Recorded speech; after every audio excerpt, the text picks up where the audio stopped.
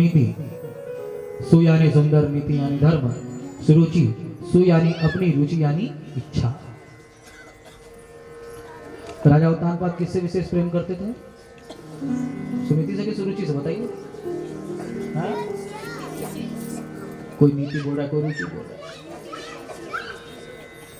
सुरुचि से विशेष प्रेम करते हैं। ऐसे ही हम लोग भी सुरुचि से विशेष प्रेम करते हैं, सुनीति से उतना प्रेम नहीं करते।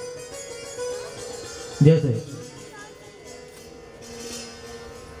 अभी सामने कुछ ऐसा खाने के लिए आ जाए जिसको शास्त्र मना करता है कि भाई इसे नहीं खाना चाहिए, नीति कहती है कि नहीं खाना चाहिए, और रुचि यानी हमारी इच्छा कहती है अरे नहीं नहीं खा लेना चाहिए, खाने में बड़ा मजा आएगा।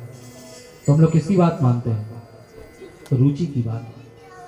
परिणाम क्या होता है? रानी सुनीति के बेटे का नाम है ध्रुव और रानी सुरुचि के बेटे का नाम है उत्तम। रानी सुनीति के बेटे का नाम क्या है? ध्रुव। ध्रुव को उपनिषद में परमात्मा कहा। जो सुनीति से प्रेम करता है, जो धर्म से प्रेम करता है, उसे आगे चल करके ध्रुव यानी परमात्मा की प्राप्ति होती है। जो रुचि से प्रेम करता है, सुरुचि के बेटे का नाम है उत्तम। उत्तम शब्द का यदि संधि विच्छेद करें तो उदतम यानी अंधकार। जो सुरुचि से प्रेम करता है उसे अंधकार यानी नरक की प्राप्ति होती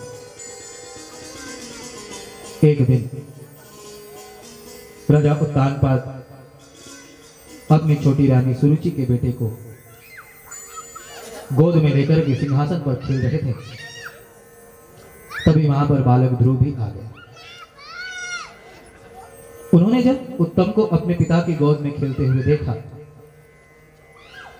दोनों हाथ उठा करके कहते हैं पिताजी पिताजी मैं भी आपकी गोद में बैठना चाहता हूं, मैं भी उत्तम की तरह सिंहासन पर बैठ करके आपके साथ खेलना चाहता हूं।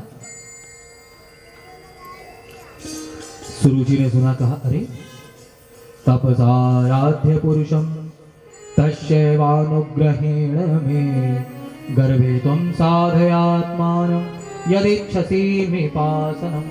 अरे तूने ऐसा कहने का दुस्साहस कैसे किया? अरे तेरी मां तो मेरे चरणों की दासी है। यदि तू इस सिंहासन पर बैठना चाहता है तो जा करके जंगल में तपस्या। जब भगवान का दर्शन मिले तो भगवान से प्रार्थना करना, प्रभु पहले तुझे प्रभु मेरे गर्भ से जन्म दे। जब तू मेरे गर्भ से जन्म लेगा तभी इस सिंहासन पर बैठने का अधिकार है। भाग जाए यहां से। सुरुचि के ऐसा कहने पर छोटे से बालक ध्रुव रोते रोते रोते अपनी मां सुनीति के पास आए हैं। मां ने पूछा, लाला क्या हो गया? ध्रुव जी ने सारी बात बताई। लेकिन आप भागवत उठा करके देखें, माता सुनीति ने कहीं भी बालक ध्रुव के सामने सुरुचि की निंदा नहीं की, सुरुचि को भला बुरा नहीं कहा। ऐसा करके संसार की माताओं को संदेश रूप उपदेश देती हैं कि छोटे बच्चों के सामने कभी अपने शत्रु की भी बुराई मत करो। बच्चों का चित्त निर्विकार होता है। आप जैसे बीज उसके भीतर बोएंगे वैसे ही संसार उसके भीतर पड़े। कल मैंने कहा था, अपने बच्चों के पेट की चिंता तो एक कुतिया भी कर लेती है। सच्ची मां वही है जो अपने बच्चों को केवल पेट की ही नहीं बल्कि उसके संस्कारों की भी चिंता करती है। बच्चा मेला गया है, उसने कोई कार देख ली, कार के लिए रोने लगा। आपने उसे कार नहीं दिलाई तो घंटे 2 घंटे रोएगा और चुप हो जाएगा।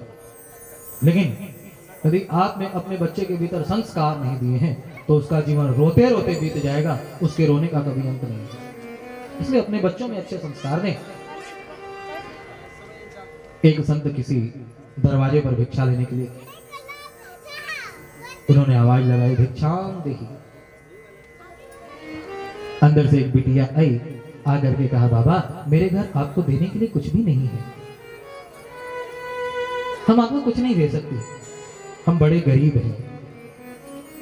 संत ने सुना, उनकी आंखों में आंसू आ गए। उन्होंने कहा, बिटिया ऐसा न कहो, जाओ जाकर के अपने घर के आंगन से थोड़ी सी धूल लेकर के आओ। वो बिटिया दौड़ी दौड़ी गई, धूल लेकर के आई, बड़े प्रेम से संत के हाथों में दिया। संत ने उसे खूब ढेर सारा आशीर्वाद दिया। जब भिक्षा लेकर के आगे बढ़े, शिष्यों ने कहा, वाह महाराज, ये धूल लेकर के क्या करोगे? आपने उसके घर से धूल क्यों लिया? संत ने मुस्कुरा करके कहा, है शिष्यों, आज उस बिटिया ने मुझे धूल ला करके दिया तो उसके देने मात्र से उसके भीतर देने के संस्कार पड़ गए। उसके पास कुछ नहीं था, धूल था, धूल दिया, लेकिन देने के संस्कार तो पड़े।